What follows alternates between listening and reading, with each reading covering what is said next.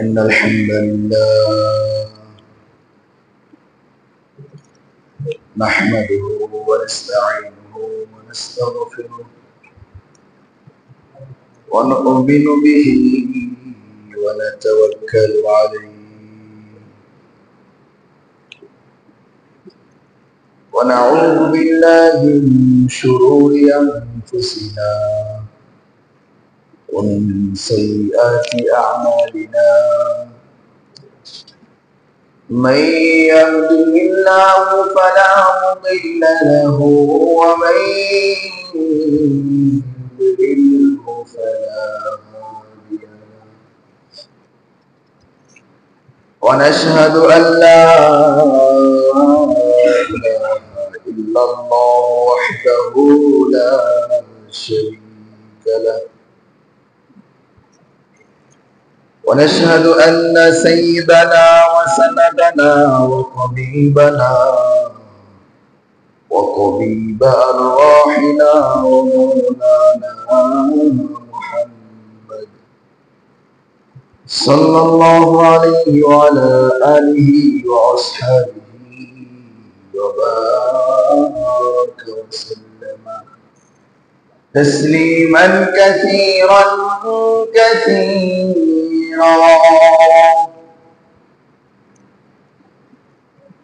أرسله الله بالحق بشيرا ونذيرا وداعيا إلى الله بإذنه وسراجا وقمرا منيرا وبشر المؤمنين بأن لهم فضلا كبيرا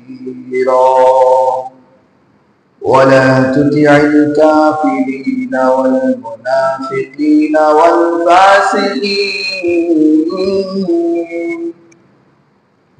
ودع أذاهم وتوكل على الله وكفى بالله وكيلا. أعوذ بالله من الشيطان الرجيم.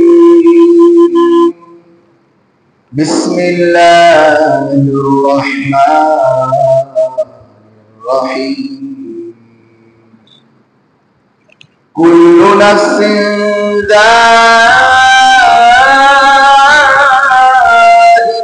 الموت وإنما توفون أجوركم يوم القيامة فمن زحزح عن النار وأدخل الجنة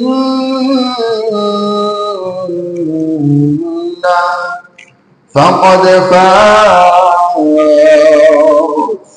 وما الحياة الدنيا إلا متاع الغرور.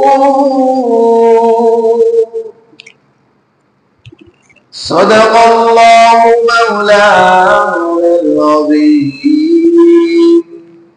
وقال النبي صلى الله عليه وسلم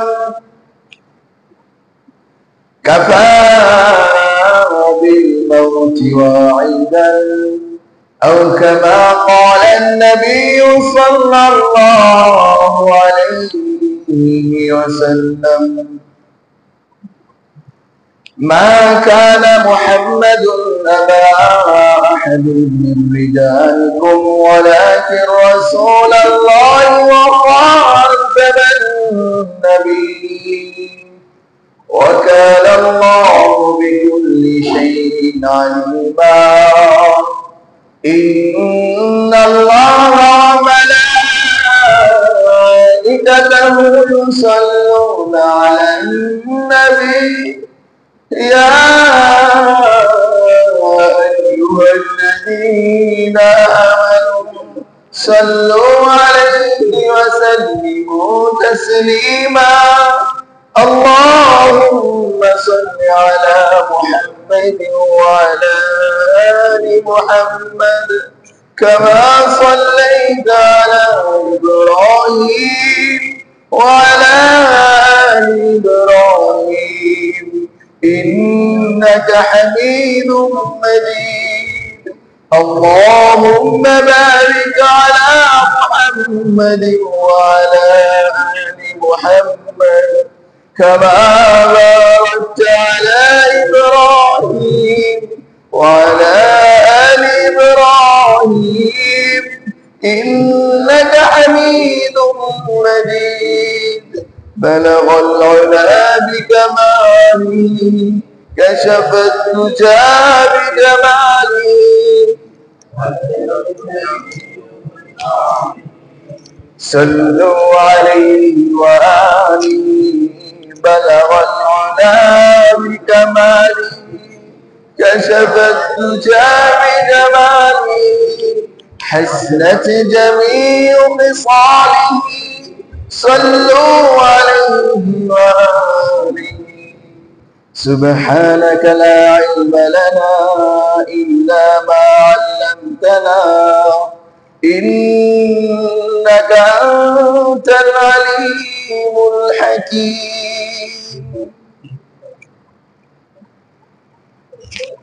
शुक्रिया मोहन रब्बुल इज्जतेर दरबारे যে রব্বে কারীম আমাকে আপনাকে জুমার দিনে জুমাবারে মসজিদে এসে বসার তৌফিক ইনায়াত করেছেন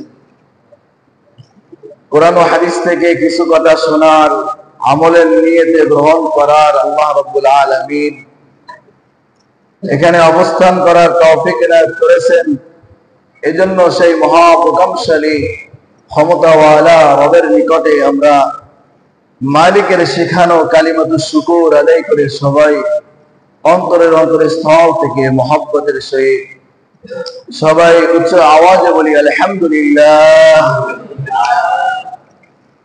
রব্বুল আলামিন আমাদের আপনাকে অনেক মহব্বত করে মায়া করে দয়া করে রব্বুল আলামিন আমাকে আপনাকে মানুষ বানাইয়া দুনিয়ায় পাঠাইছেন কিন্তু দুনিয়ায় পাঠানোর পর আল্লাহ রাব্বুল আলামিন আমাকে আপনাকে একটা কথা বারবার স্মরণ করায় দিয়েছেন যে কথাটা থেকে সেই স্মরণটা থেকে আজকে আমরা ভুলে অনেক অনেক দূরে চলে যাইতেছি যে কথাটাকে আমরা স্মরণই করি না যে কথাটাকে নিয়ে আমরা চিন্তাও করি না যে কাজটাকে নিয়ে আমরা কখনো ভাবি না অথচ নবী করিম সাল্লাল্লাহু আলাইহি ওয়াসাল্লাম বলেন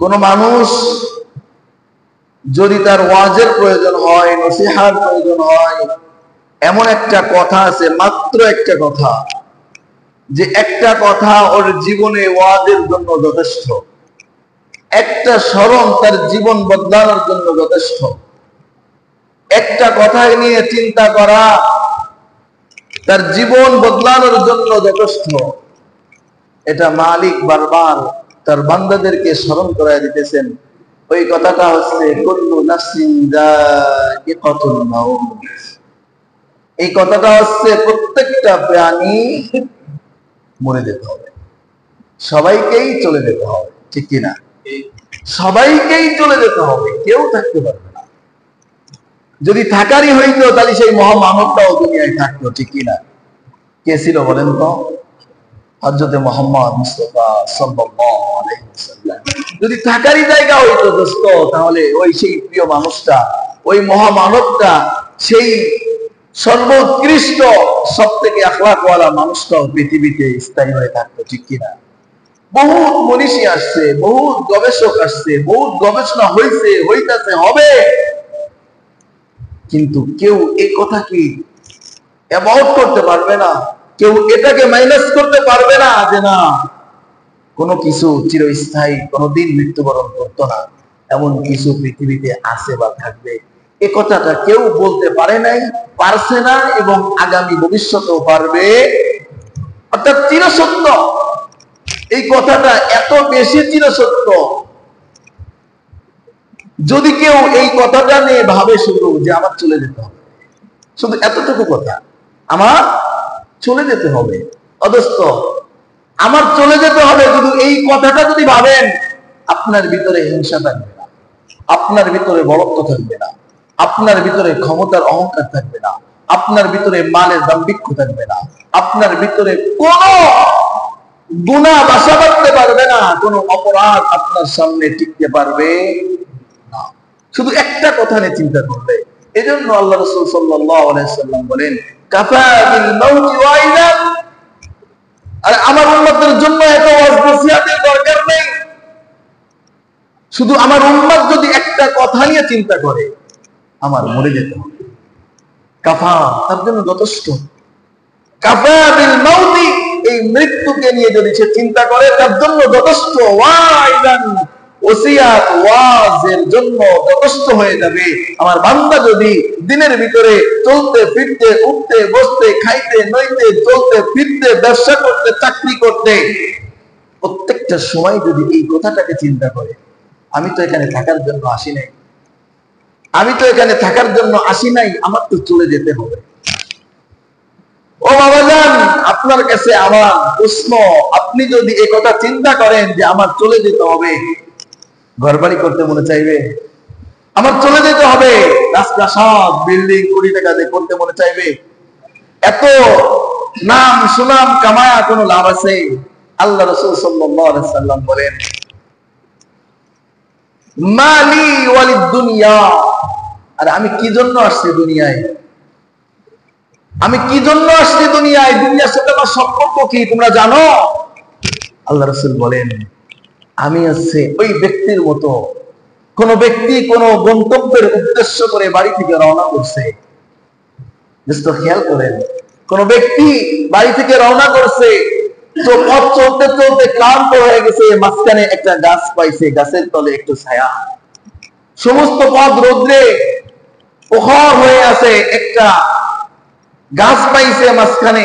আল্লাহ রাসূল বলেন, মালি ওয়ালিদ দুনিয়া, আমার জন্য এই দুনিয়াটা ওই মুসাফিরের জন্য গাছের ছায়াটা যেমন, সে চলতে চলতে ক্লান্ত, কিছু সময়ের জন্য এই ছায়াদার গাছের নিচে বসে একটুখানি বিশ্রাম নিবে, এতটুকু পরিমাণ বিশ্রাম নিবে, ক্লান্তটা একটু কমতি হইলেই সে তার গন্তব্যের উদ্দেশ্যে আবার হাঁটা শুরু করবে, পথ চলা শুরু করবে।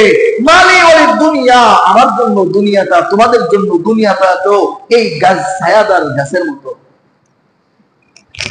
এই ছায়াওয়ালা গাছের মতো। ওই মুসাফিরের জন্য যেমন এই গাছের নিচে বসে থাকা, রাত্রি যাপন করা, ঘর বাড়ি তৈরি করে এখানে আজীবন বসবাসের চিন্তা করা যেমন উদ্দেশ্য না, তোমার আমার দুনিয়ায় থাকাটাও ঠিক তদ্রুপ না দোস্ত।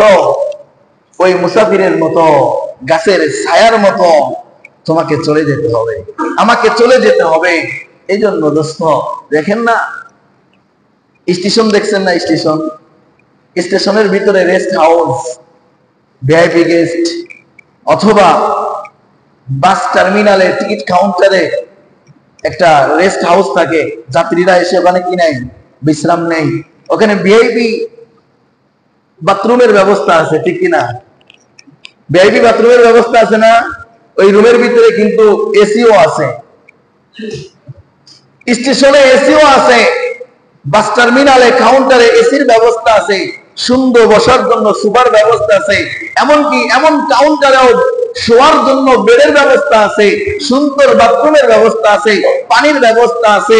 আপনি ওই বাস কাউন্টার থেকে টিকিট কাটলে আপনার জন্য কিছু সময় ওয়েট করার জন্য নাস্তা পানিও ব্যবস্থা করে দেয়। আচ্ছা, ওখানে আপনাকে আধা ঘন্টা বসায় রাখলো, 1 ঘন্টা বসায় রাখলো, নামি দামি খাবার দিল। আচ্ছা, আপনাকে বলা হলো খান, খেয়ে দিয়ে বিশ্রাম নেন, ঘুমান, এখানে থাকেন, বাথরুম লাগলে বাথরুমে যান, ভিআইপি ব্যবস্থা আছে, ক্লান্ত লাগলে শুয়ে থাকেন, এবং আরো কিছু লাগলে আমাদের জানাইতে পারেন। আচ্ছা, আপনার কাছে প্রশ্ন, আপনি ওই রেল স্টেশনে, ওই ভিআইপি পার্সনে, ওই রেস্ট হাউসের ভিতরে অথবা বাস টার্মিনালে, ওই আপনার কাউন্টারের ভিতরে, ওই এসিওয়ালা রুমটার ভিতরে আপনার যত সময় যাবে তত নিজের ভিতরে বিরক্ত লাগবে নাকি ভালো লাগবে? বুঝেন নাই মনে হয় আমার কথা?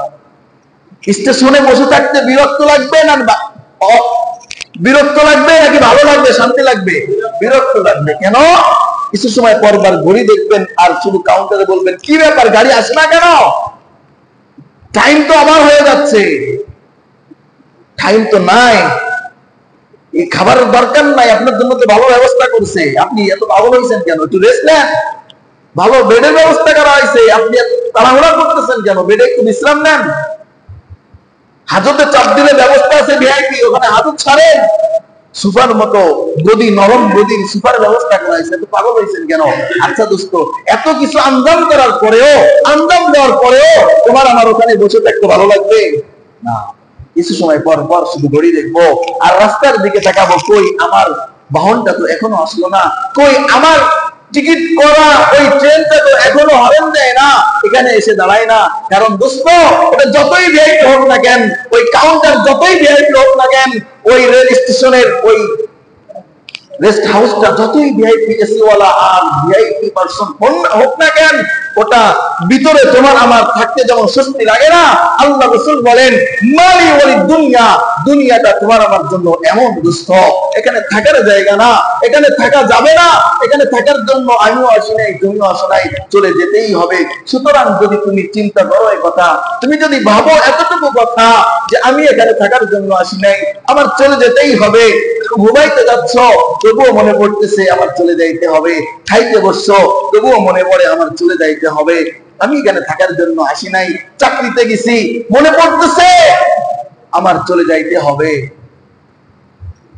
ঘুমাইতে যাই তবুও মনে পড়ে আমার চলে যাইতে হবে, রাস্তা দিয়ে চলি তবুও মনে হয় আমার চলে যাইতেই হবে। এই কথাটাকে যদি দোস্ত এভাবে বারবার বারবার নিজের স্মরণে নিয়ে আসি, আল্লাহ রাসূল বলেন কাফা বিল মাউত ওয়াইজান, তোমার জন্য এতটুকু যথেষ্ট। চলতে ফিরতে উঠতে বসতে প্রত্যেকটা সময় তুমি মৃত্যুকে স্মরণ করবা। আকসিরু যিকরা মিন লাহাদিল মাউত, তোমরা এই মৃত্যুর কথাকে বেশি বেশি স্মরণ করো। কেন? বলে এই মৃত্যু তোমার ভোগ বিলাস, বড়ত্ব, অহমিকা আর দাম্ভিক্য আর আল্লাহ ভুলে যাওয়াকে অবরোধ সৃষ্টি করবে, আল্লাহকে ভুলে যাইতে দিবে না। কারণ মৃত্যু যখন আসে এক জায়গায় তো যাইতে হবে, ঠিক কিনা? যেমন আমি আপনি একসময় ছিলাম না দোস্ত, এখন আছে কিনা? এখন আছে কিনা? একদিন আমার দাদা ছিল, আজকে দাদা আছে নাই। আমার বাবা ছিল, আজকে অনেকের বাবা আছে নাই। আজকে আপনি আছেন, আপনিও কিছুদিন পরে নাই হয়ে যাবেন। আপনার সন্তান এখন ছোট, কিছুদিন পরে বড় হবে, ঠিক কিনা? আপনার সন্তান চলবে, আপনি চলে যাবেন। অদস্ত ঠিক এভাবে চলে আসতেছে, যাইতেই হবে। এটা দুনিয়ার নীতি। আল্লাহ রাব্বুল আলামিন বলেন আইনামা কুনতুম ইউদরিকুমুল মাউত ওয়ালাউ কুনতুম ফি বুরুজিন মুশাইয়াদা। আল্লাহ রাব্বুল আলামিন বলেন, এই বান্দা, এই নাফরমান, তুমি কি চিন্তা করতেছো? তুমি কোথায় পলায়ন করবা? মৃত্যু কি তোমাকে পাকড়াও করবে না? আইনামা কুনতুম, তুমি যেখানেই থাকো, যে অবস্থায় থাকো, ইউদরিকুমুল মাউত, মৃত্যু তোমাকে পাকড়াও করবেই করবে। ওয়ালাউ কুনতুম ফি বুরুজিন মুশাইয়াদা, আল্লাহ রাব্বুল আলামিন বলে, যদি তুমি পৃথিবী থেকে বের হয়ে বা এমন কোন সুরক্ষিত এলাকায় যে এমন কোন বিল্ডিং নির্মাণ করো যে বিল্ডিং এর ভিতরে 1 ইঞ্চি বাতাস ঢুকতে পারে না, কোন পোকামাকড় ঢুকতে পারে না, কেউ নজর করতে পারে না, বুরুজিন মুশাইয়াদা, এত কঠিন করে, এত গাঢ় করে, এত মজবুত করে যদি কোনো বিল্ডিং তৈরি করো, কোন রুম তৈরি করো, এবং সেই রুমের ভিতরে যদি তুমি অবস্থান করো, ইউদরিকুমুল মাউত, ইউদরিকুমুল মাউত, মৃত্যু ওখানে পৌঁছায়া যাবে না? যাবে। আল্লাহ বলেন ইউদরিকুমুল মাউত, তোমাকে পাকড়াও করবেই করবে, মৃত্যুকে কেউ ঠেকাইতে পারবে না, যাবে অবশ্যই, মৃত্যু তোমাকে পাকড়াও করবেই করবে। এজন্য হাসান বসরি রাহমাতুল্লাহ আলাইহি একটা প্রবাদ বলতো সবসময়, বৃদ্ধদের আর যুবকদেরকে একটা প্রবাদ শোনাইতো সবসময়। আমার বাবা জানরা একটু খেয়াল করেন, হাসান বসরি রাহমাতুল্লাহ আলাইহি বলতেন, মুরব্বীদেরকে দেখলে বলতেন, আব্বা জান, আমার বাবারা, খেতে ফসল দেখছো? ফসল যখন কৃষক রোপণ করে, সার দেয়, পরিশ্রম করে, ক্ষেত নিংড়ায়া দেয়, পরিচর্যা করে, এক পর্যায়ে ফসলের ভিতরে ফলন আসে, ফলনের অপেক্ষায় থাকে, যে সময় ফলনটা নুয়ে পড়ে, যে সময় ফলনটার ভিতরে রং আসে, ঢং আসে, পাক শুরু করে। আচ্ছা বাবাজান বলেন তো, একটা ফল, একটা চাষাবাদ করার পর একটা কৃষক তার ফলনে যখন পাকন ধরে, পাক ধরে যায়, পেকে যায়, তখন ওই ফসলটার জন্য আর কি বাকি থাকে? একটা ফলন যখন পেকে যায় তখন আর বাকি থাকে কি? আল হাসাদ, কাটা। এখন শুধু অপেক্ষা কিসের? কেটে ফেলার। এই ফসলটা কাটবে কখন? কৃষক শুধু অপেক্ষায় থাকে কখন এই ফসলটা কাটবো, কারণ আর সার দেওয়া লাগবে না, আর পরিচর্যা করা লাগবে না, আর ক্ষেত নিংড়ানো লাগবে না, আর সুন্দর করে দেখভাল করা লাগবে না। এখন কখন এই ফসলটা কাটবো এই অপেক্ষায় থাকে, ঠিক কিনা? আমার বৃদ্ধ বাবাজানরা হাসান বসরি রহমাতুল্লাহ আলাইহি ডেকে ডেকে বলেন, ও বাজান তোমার তো দাড়ি পেকে গেছে, ও বাজান তোমার তো চুল পেকে গেছে, আব্বাজান তোমার তো দাদা, তুমি তো দাদা হয়ে গেছো, নানা হয়ে গেছো, নাতি নাত্তুর দেখছো, তোমার মতো তো অনেকে দেখে নাই, আগেই বিদায় নিছে, তোমার আর কিসের চিন্তা? এই দুনিয়ার কি ভোগ করার চাইতেছো? কি আশায় ঘুরতেছো? কোন আকাঙ্ক্ষায় হারাম খাইতেছো? কোন আশা নিয়ে আল্লাহর নাফরমানিতে লিপ্ত হইতেছো? ও বাজান তোমার জীবনে তো আর কিছু নেই, এখন শুধু কাটাটা বাকি, এখন শুধু মৃত্যুটা বাকি।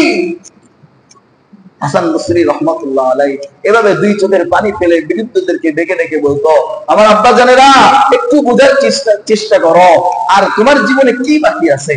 দাড়ি তো পাক ধরছে না? দাড়ি পাক ধরছে কিনা? মুসা আলাইহিস সালাতু ওয়াস সালাম আল্লাহকে বলছিল, আল্লাহ মৃত্যু আসার আগে, আজরাইল আমার কাছে আসার আগে আমাকে একটা মিস কল দাও, আমাকে একটু মিস কল দাও। মিস কল মানে বুঝেন? একটু স্মরণ করায় দিও যে তোমার যাওয়ার সময় হয়ে গেছে। যেদিন আজরাইল আসে, যেদিন মুসা আলাইহিস সালাতু ওয়াস সালাম আল্লাহকে ডাকতে বলে, আল্লাহ এ আমার রব, তোমাকে না বলছিলাম আজরাইল আসার আগে আমাকে একটু জানাইতে? আল্লাহ বলে, এ মুসা তোমার কি যাওয়ার সময় হয়েছে, যেতে হবে, এই জিনিসটা তোমার এখনো বুঝে আসে নাই? বলে কিভাবে? বলে তোমার দাড়িতে পাক ধরছে? বলে হ। চুলে পাক ধরছে? বলে হ। স্মৃতি শক্তি লো হয়েছে? বলে হ হয়েছে। তাহলে দাড়িতে পাক ধরা, চুলে পাক ধরা, স্মৃতি শক্তি লো হওয়া, বাহুবল কমে যাওয়া, হাঁটুবল কমে যাওয়া, এগুলো কি তোমার মৃত্যুর আলামত না? এগুলো কি তোমার জন্য মিস করো না? অদস্ত, তাহলে তোমার আমার জন্য আর কত আশা, আর কত আকাঙ্ক্ষা, আর কিসের চিন্তা দুনিয়ায়? এখন তো যখন তখন আজরাইল আসবে আর খপ করে জানটাকে নিয়ে চলে যাবে। নাকি আরো কিছু আশা আছে? আছে এখনো আরো কিছু আশা।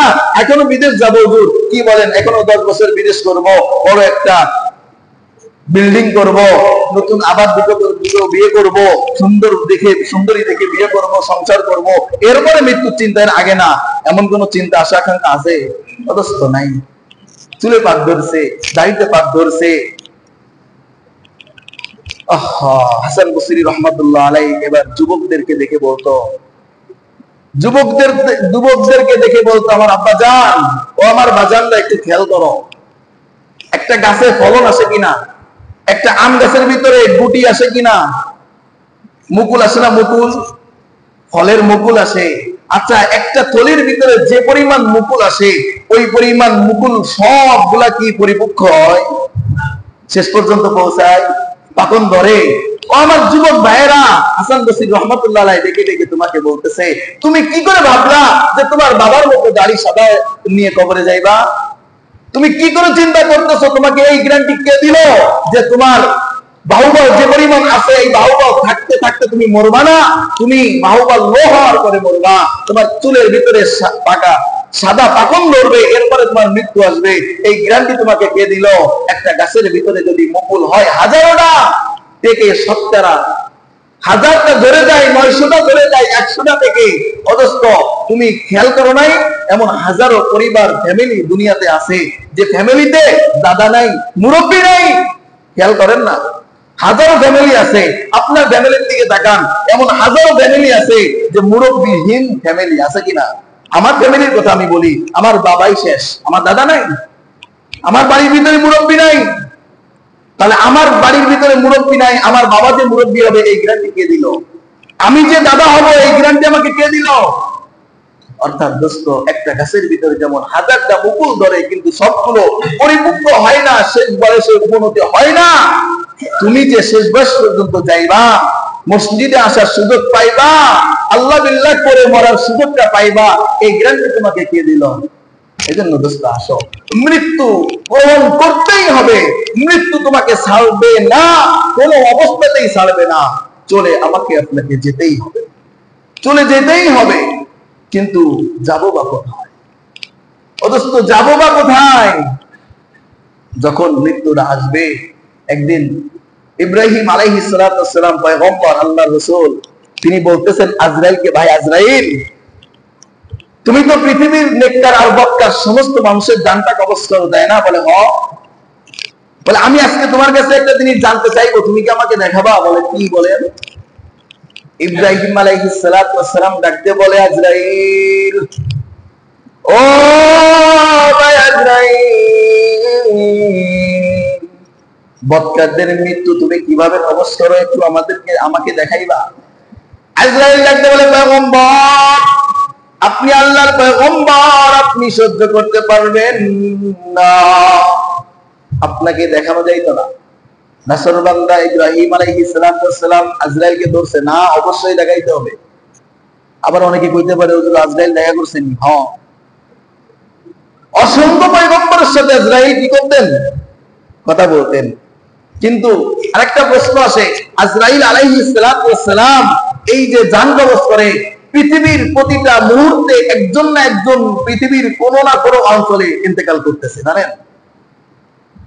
ইন্তেকাল কোনো না কোনো অঞ্চলে করতেছে। এমনকি একসঙ্গে বাংলাদেশে 5 জন মৃত্যুবরণ করছে, ইন্দোনেশিয়ায় 10 জন মৃত্যু করছে এক সময়, এক টাইমে। তাহলে আজরাইল এই যে পয়গম্বরদের সাথে গল্প করতেছে, আজরাইল পয়গম্বরদের সাথে খুনসুনি করতেছে, এই সময় জান কে কবজ করতেছে? এই সময় জান কে কবজ করতেছে? আজরাইল আলাইহিস সালাতু ওয়াস সালামের সম্বন্ধে এই প্রশ্নের উত্তর, আজরাইল আলাইহিস সালাতু ওয়াস সালামের গঠন আর প্রকৃত রূপ আল্লাহ এত বড় বানাইছে, আমার আপনার কাছে একটা খাবারের বাটি, একটা খাবারের প্লেট যতটুকু, আজরাইল আলাইহিস সালাতু ওয়াস সালামের কাছে গোটা বিশ্ব, শুধু পৃথিবী না, পৃথিবী তো মাত্র একটা গ্রহ, এতটুকু একটা গ্রহ, পুরো বিশ্ব জাহানকে আল্লাহ রাব্বুল আলামিন আজরাইলের সামনে একটা খাবারের বাটি স্বরূপ বানাইছে। সুবহানাল্লাহ। তাহলে আজরাইল কত বড়! আরেকটা কথা হচ্ছে, আজরাইল আলাইহিস সালাতু ওয়াস সালামের দায়িত্ব জান কবজ করা, মেন দায়িত্ব ইনার, কিন্তু ইনার আয়াতে আল্লাহ রাব্বুল আলামিন কোটি কোটি ফেরেশতা নিযুক্ত করে রাখছে। সুবহানাল্লাহ। যেমন একজন দেশের প্রধানমন্ত্রী কয়জন হয়? একজন হয় না? প্রধানমন্ত্রী কি প্রতিটা বাড়ি যে যে ঘরে যে যে প্রত্যেকটা মানুষের হালত জিজ্ঞেস করে আসে? কিন্তু রাষ্ট্র চালাচ্ছে কে? প্রধানমন্ত্রী। রাষ্ট্র চালায় কে? প্রধানমন্ত্রী। দেশটা কন্ট্রোল করে প্রধানমন্ত্রী, কিন্তু প্রধানমন্ত্রীর আওতাধীন আরো হাজারো লক্ষ কি আছে? কর্মকর্তা আছে, তারা নিয়োজিত থাকে। ঠিক মেন দায়িত্ব, জান কবজের দায়িত্ব আজরাইল আলাইহিস সালাতু ওয়াস সালামের, কিন্তু তার আওতাধীন আল্লাহ রাব্বুল আলামিন কোটি কোটি ফেরেশতা নিযুক্ত করে রাখছে। এজন্য তার জান কবজ করতে কখনোই কষ্ট হয় না। পয়গম্বর ডাকতে বলে, আজরাইল আমাকে একটু দেখাও, আমার দেখতে খুব মনে চায়। আজরাইল ডাকতে বলে, আপনি আল্লাহর পয়গম্বর, আপনি সহ্য করতে পারবেন না, 1 সেকেন্ড আমাকে দেখে থাকতে পারবেন না? আপনি সাধারণ থাকতে পারবেন না, সাধারণ হয়ে যাবেন? বলে না, আমি দেখতে চাই, চোখও দেখবো। আজরাইল আলাইহিস সালাতু ওয়াস সালাম বলেন, আচ্ছা আপনি আল্লাহর পয়গম্বর, যখন বলছেন একটুখানি দেখাই, আপনি একটু পিছনে ফেরেন, আমি যখন ডাক দিব, অনুমতি দিব, তখন আপনি সামনের দিকে ফিরবেন। আজরাইল আলাইহিস সালাতু ওয়াস সালামের কথা শুনে ইব্রাহিম পয়গম্বর পিছন ফিরছে, ফেরার কয়েক সেকেন্ডের ভিতরে আজরাইল ডাকতে বলে, পয়গম্বর তাকান আমার দিকে। আল্লাহর রাসূল, আল্লাহর পয়গম্বর ইব্রাহিম খলিলুল্লাহ সাল্লাল্লাহু আলাইহি ওয়াসাল্লাম আজরাইলের দিকে তাকায়া তাকায়া দু চোখের পানি ছাড়তে দেরি, তিনি বেহুশ হয়ে যাইতে দেরি হয় নাই।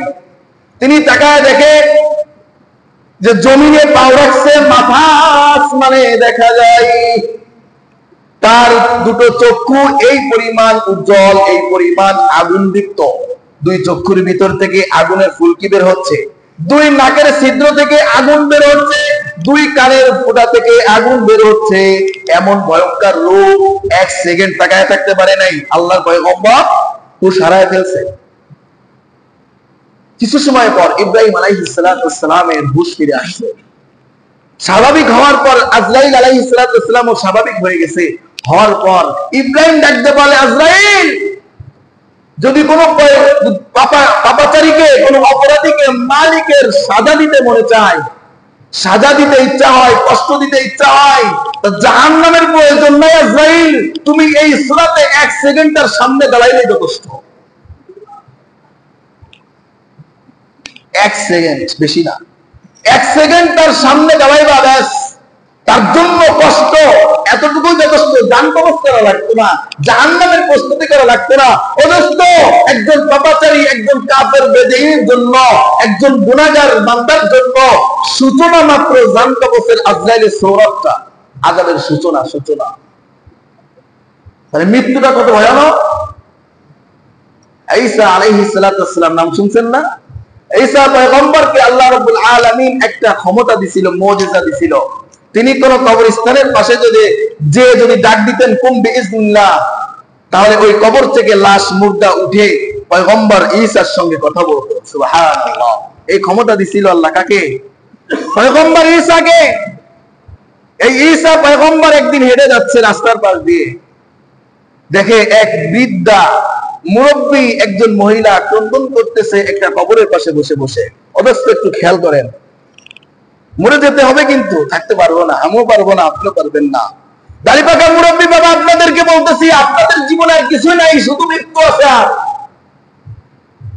আর দাম্ভিক্যের সাথে দুনিয়ায় বিচরণ করেন না, আর কোনো আশা আকাঙ্ক্ষা বুকে বেঁধেন না, মৃত্যুর প্রস্তুতি নেন।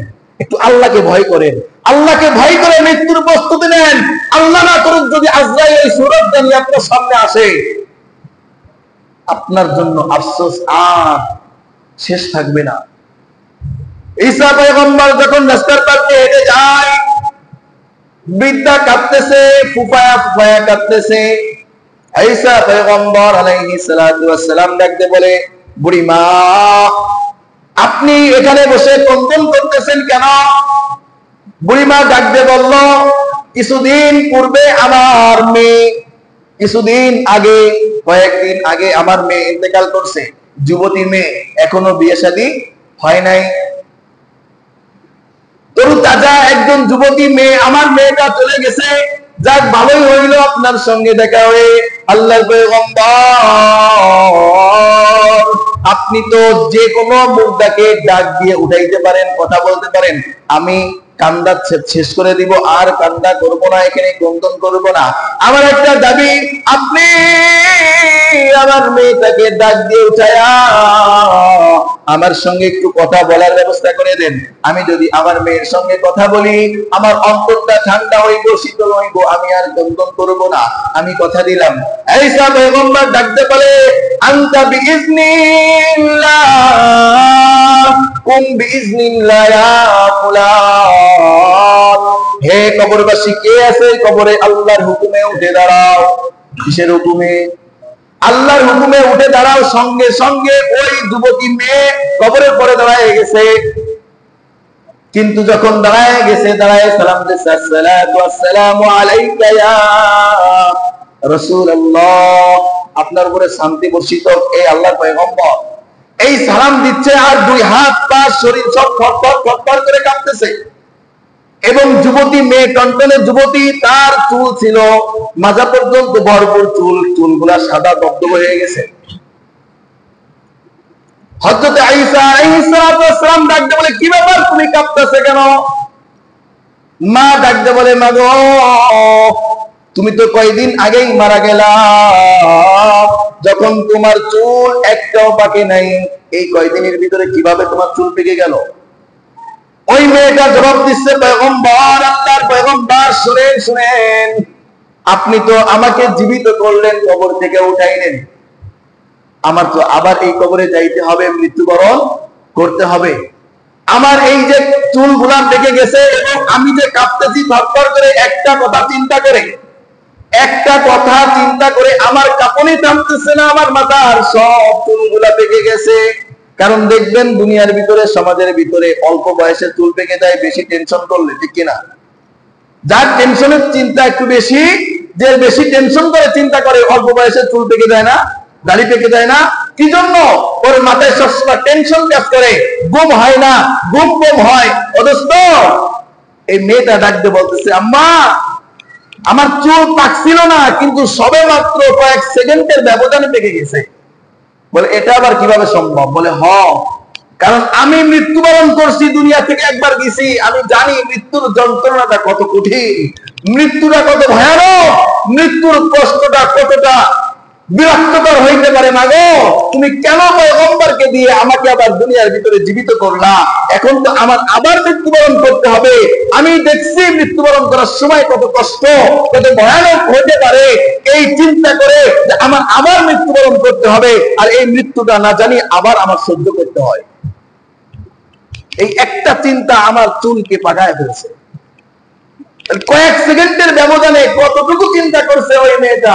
গল্প শোনাইতেছি না, বাস্তব কাহিনী শোনাইতেছি। ওই মেয়েটা যখন ডাক দিল পয়গম্বর কুম্বি ইজনিল্লাহ বলে, কতটুকু সময়ের ব্যবধানে ওই মেয়েটা কবর থেকে উঠছে, এতটুকু সময়ের ব্যবধানে তার চুলগুলা সব সাদা দগদগে হয়ে গেছে।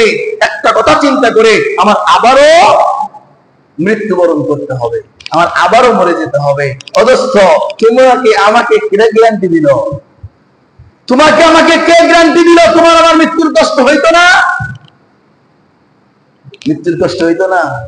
আল্লাহ রাব্বুল আলামিন রাসূল কারীম সাল্লাল্লাহু আলাইহি সাল্লামের মাধ্যমে বলে, একজন বৎকার যখন মৃত্যুবরণ করবে, তার সামনে আজরাইল তো আসবে, শুধু আজরাইল আসবে না, শতাধিক 500 মতান্তরে হাজার হাজার ফেরেশতারা আসবে, সালাত চট গায়ে দিয়ে, এবং এমন বিকৃতির চেহারা নিয়ে, যে চেহারা একজনের সামনে এক সেকেন্ড ধরলেই তার জন্য যথেষ্ট, জান পাখিটা উড়ে চলে যাবে।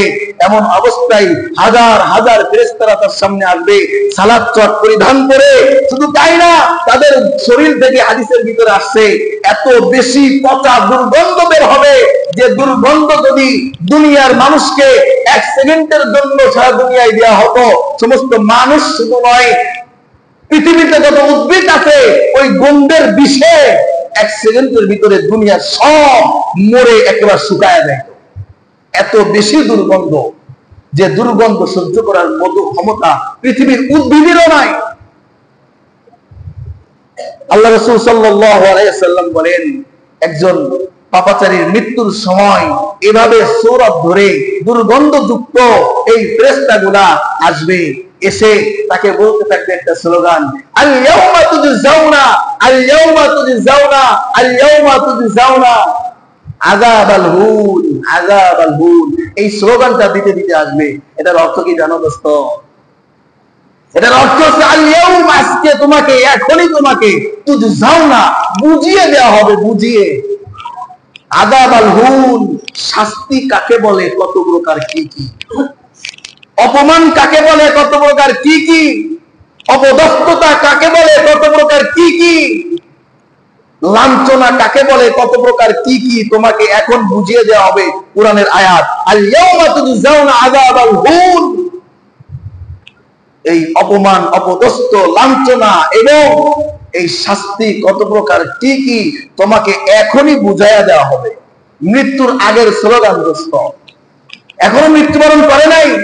ফেরেশতারা এই স্লোগান দিতে দিতে একজন বৎকারের জান কবজের জন্য আসবে। এরপরে হাদিসের ভিতরে আসছে, হাতুড়ি, জাহান্নামের আগুনের হাতুড়ি নিয়ে আসা হবে, এনে গিরায় গিরায় পিটানো হবে, আর বলা হবে, বের হ, এই নাফরমান, বের হ, বের হ, এই জাহান্নামের দিকে বের হ। তার সামনে জাহান্নামের সোরা ধরা হবে, জাহান্নামে ধরা হবে, এই যে তোমার জন্য বাসস্থান, অদস্ত, এই যে তোমার জন্য বাসস্থান, বের হ।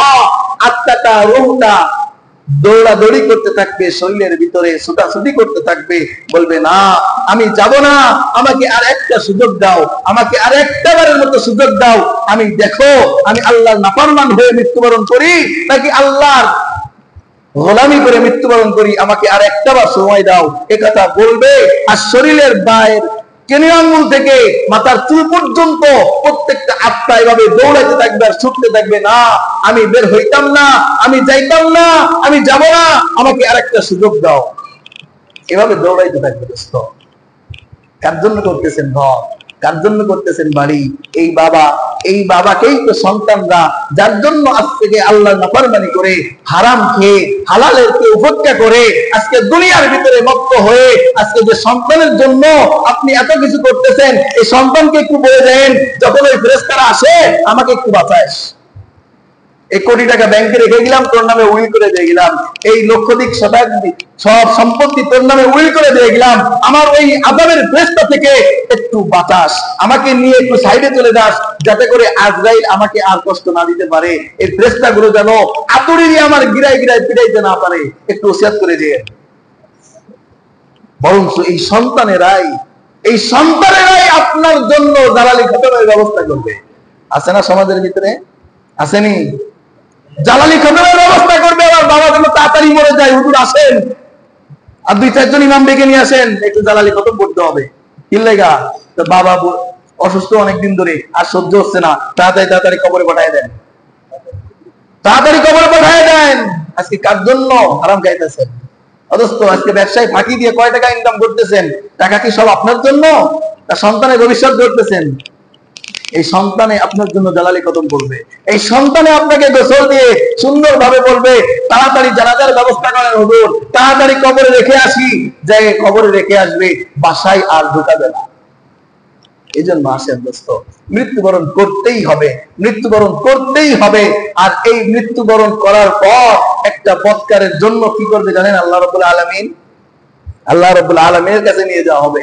প্রথম আসমান থেকেই তাকে ধিক্কার জানাইতে জানাইতে আবার দুনিয়ার ভিতরে ওই বডির ভিতরে ঢুকায় দেওয়া হয়, ওই বডির ভিতরে ঢুকায় দেওয়া হবে, এটা দেখার জন্য, অনুভব করার জন্য যে তোমার জন্য সামনে কি পরিণতি হইতাছে, কি অবস্থাটা হইতাছে, তোমার জন্য অপমান আর অপদস্থের কি আঞ্জাম দেওয়া হয়েছে, কত ব্যবস্থাপনা হয়েছে, এটা একটু দুনিয়া থেকে বুঝে আসো। এখনো তোমাকে কবরে রাখে নাই, এর আগেই তুমি একটু অবলোকন করে আসো। ওই রূহটাকে ওই শরীরের বডির ভিতরে ঢুকায় দেওয়া হয়। এই হাদিসটা যখন পড়ে, তখন দুনিয়ার অনেক মানুষ বিশ্বাস করতো না যে এই রূহকে আবার শরীরের ভিতরে কিভাবে ঢুকায়। এজন্য অনেক গবেষণা চলছে।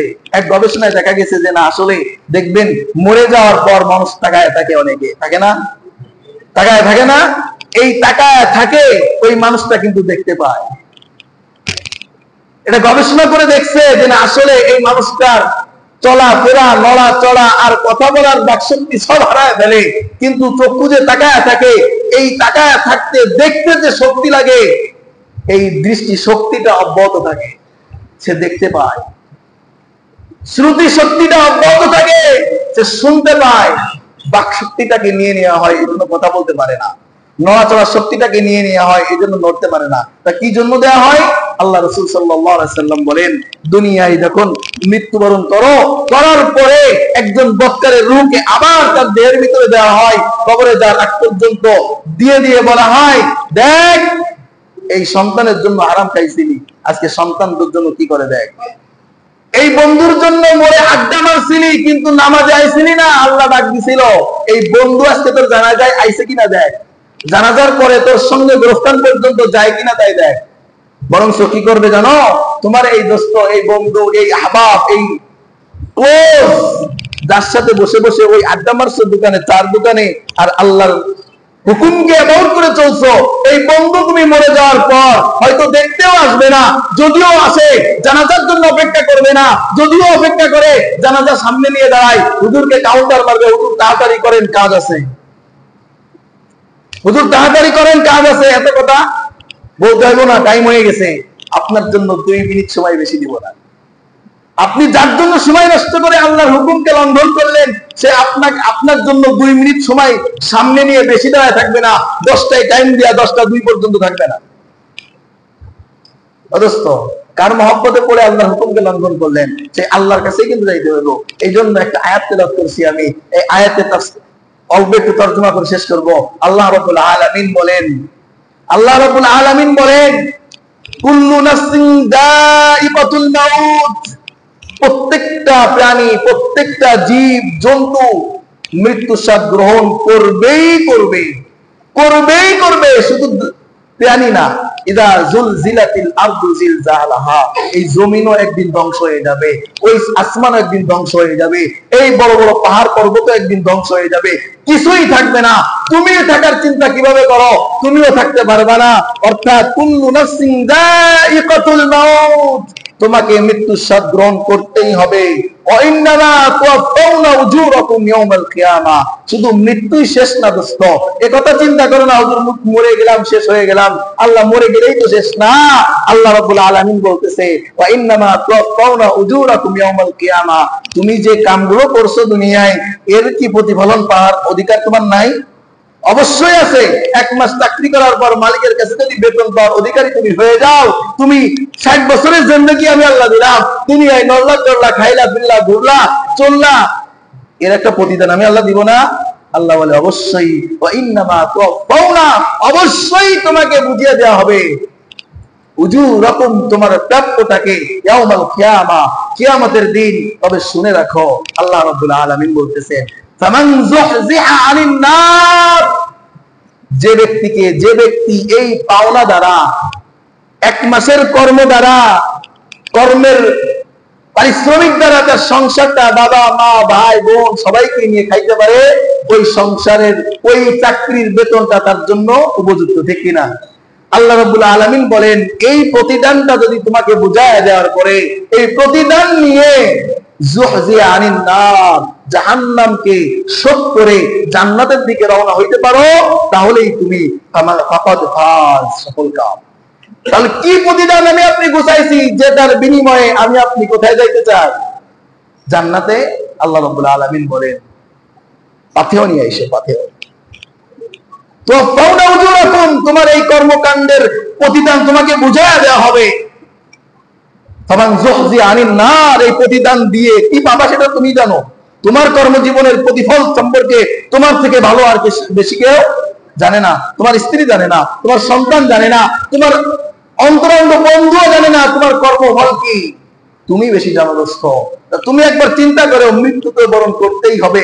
মৃত্যুর পরে তো আল্লাহ তাআলা বলছেন এই প্রতিদান আমাকে দেওয়া হবে আমার কর্মের, এই প্রতিদান দিয়ে যদি জাহান্নাম থেকে বেঁচে জান্নাতে যাইতে পারি, ফাকাদ ফাজ, তাহলে আমি সফল কাম। তাহলে আমার ওই পরিমাণ প্রতিদান আছে কিনা, পাথেও আছে কিনা, ওই কর্মগুলো আমি দুনিয়ায় করতেছে কিনা, আমার কর্ম মালিকের কাছে উপস্থাপনা করতে পারবো কিনা, এই হিসাবটা মিলায়া কবরের দ্বার প্রান্তে আমাকে আপনাকে যাইতে হবে। আল্লাহ রাব্বুল আলামিন শেষে ছোট একটা মেসেজ দিয়ে দিচ্ছে যে কি প্রতিদান কেমন হইব, কোন প্রতিদান দিয়ে জাহান্নাম থেকে জান্নাতে যাইতে পারবা, জাহান্নাম থেকে বাঁচতে পারবা, এর ছোট একটা মূলনীতি আল্লাহ রাব্বুল আলামিন বলে দিচ্ছে। ওমাল হায়াতুদ দুনিয়া ইল্লা মাতাউল গুরুর, ওমাল হায়াতুদ দুনিয়া, এই দুনিয়ার জিন্দেগিকে প্রাধান্য দেওয়া ধোঁকা, ধোঁকা, ধোঁকা, এতটুকু আল্লাহ কই দিচ্ছে। তাহলে আপনার আমার কাছে প্রশ্ন, আমার জিন্দেগিটা ভরে দুনিয়াকে প্রাধান্য দিচ্ছি না তো আমি? আমার জিন্দেগিটা ভরেই আমি দুনিয়াকে লালন করতেছি না তো? আমাল হায়াতুদ দুনিয়া ইল্লা মাতাউল গুরুর, আল্লাহ রাব্বুল আলামিন বলেছেন অবশ্যই অবশ্যই দুনিয়ার জিন্দেগিটা ধোঁকা। দুনিয়ার জিন্দেগি লালন করে মরো না, দুনিয়াকে প্রাধান্য দিয়ে মরো না। আল কাইয়িসু মান দানা নাফসাহু ওয়া আমিলা লিমা বাদাল মাউত, সময় নেই। আল্লাহ রাব্বুল আলামিন এই জন্য দোস্ত বলতেছেন খবরদার, খবরদার, মৃত্যুর কাছে এসো না, ওয়ালা তামুতুন্না, তোমরা মৃত্যুবরণ করো না, ইল্লা ওয়া আনতুম মুসলিমুন, মুসলমান হও, পরিপূর্ণ মুসলমান হও, মুমিন হও। মুসলমান মুমিন না হয়ে মৃত্যুর কাছে এসো না। এই মৃত্যু কি জিনিস তুমি বুঝতে পারো নাই, তবে বুঝবা যেদিন, সুযোগ থাকবে না সেদিন। এই জন্য দোস্ত সবার কাছে একটাই ওয়াজ, আল্লাহ রাসূল বলছেন কাফা বিল মাউতি ওয়াইজান, মৃত্যুর কথা স্মরণ করবা দোস্ত। চলতে ফিরতে উঠতে বসতে প্রতিটা স্থানে শুধু একটা কথা চিন্তা করবা, আমার চলে যেতে হবে, থাকার জায়গা না। আমার দাদা ছিল আজকে নাই, আমার বাবা ছিল নাই, আমিও আজকে আছি কালকে থাকবো না। এখন যারা আছে 100 বছর আগে ছিল না, এখন যারা আছে 100 বছর পরে থাকবে না। দোস্ত আমার বাবা যেমন গত হয়ে গেছে, দাদা গত হয়ে গেছে, একদিন মানুষ আমাকেও গত হয়ে গেছে বলবে, ঠিক কিনা? চলে যাইতেই হবে, এটাই চূড়ান্ত দোস্ত। আসেন, দাড়ি পেকে গেছে, চুল পেকে গেছে, এখনো যদি আল্লাহর ভয় ভিতরে না ঢোকে, অদোস্ত আর কবে ঢুকবে, আর কবে ঢুকবে, আর কবে ঢুকবে? আল্লাহ রাব্বুল আলামিন আমাদের সবাইকে আল্লাহর প্রিয় মাহবুব বান্দা হিসেবে কবুল করে নেন, বলেন আমিন। ওয়া আখিরু দাওয়ানা আলহামদুলিল্লাহি রাব্বিল আলামিন ওয়া মা আলাইনা ইল্লাল বালাগ। আসসালামু আলাইকুম।